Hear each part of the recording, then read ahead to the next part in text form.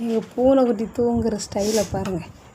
2 காலை எங்கே தூக்கி வச்சுட்டு தூங்குது பாருங்கள்.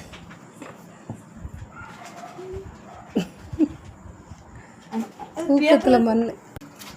எங்கிட்ட பூனைக்குட்டியை பாருங்கள், பேப்பரை கிழிச்சு விளாண்டுட்டு இருக்காங்க.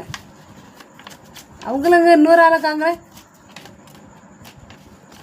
இவங்கள பாருங்கள், இவங்களும் கிழிக்க ஆரம்பிச்சிட்டாங்க, படித்து கிழிச்சிட்டு இருக்காங்க.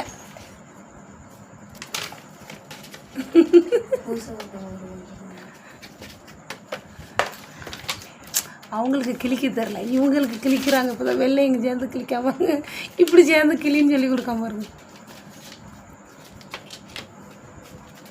எங்கள் மாடு என்னை தேடி எங்கள் வீட்டுக்கே வந்துட்டு பாருங்கள்.